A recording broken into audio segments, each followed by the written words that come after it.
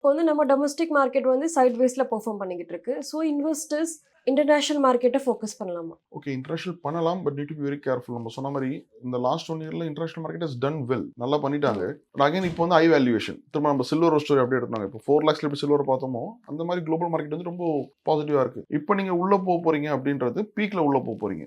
So அப்போ வந்து நீங்க ஒரே பாயிண்ட்ல எல்லா பணமும் எடுத்து குளோபல் மார்க்கெட்ல போடுறது வந்து ரொம்ப கிளியரா இருக்கு. அதே மாதிரி நம்ம இந்தியன் மார்க்கெட் நீங்க மானிட்டர் பண்ற மாதிரி மத்த மார்க்கெட் அந்த அளவுக்கு பிராக்டிகலா பண்ண முடியாது. ஏன்னா குளோபல் மார்க்கெட் நம்ம சொல்லும்போது ஒரு விஷயம் கிடையாது. நீங்க யூஎஸ்ல ஆரம்பிச்சு, யூரோப்ல ஆரம்பிச்சு, ஏஷியன் கண்ட்ரி, கொரியன் கம்பெனிஸ் எல்லாமே இருக்கும்போது எந்த கண்ட்ரி நீங்க ஃபோக்கஸ் பண்ண போறீங்கன்னு ஒரு விஷயம் இருக்கு.